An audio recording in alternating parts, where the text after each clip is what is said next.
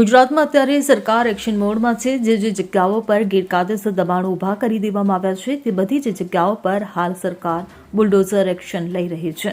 છેલ્લા કેટલાક દિવસમાં બેટ દ્વારકામાં મોટા પાયે ડિમોલિશન હાથ ધરાયું હતું.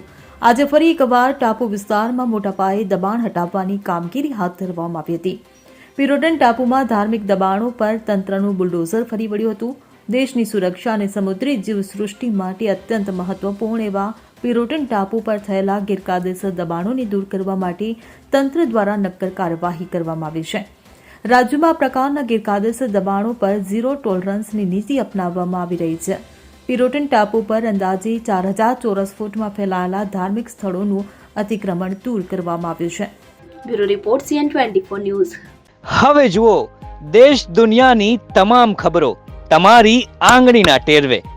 ઉઠાવો મોબાઈલ અને Google Play Store પરથી ડાઉનલોડ કરો અમારી CN24 ન્યૂઝ મોબાઈલ એપ.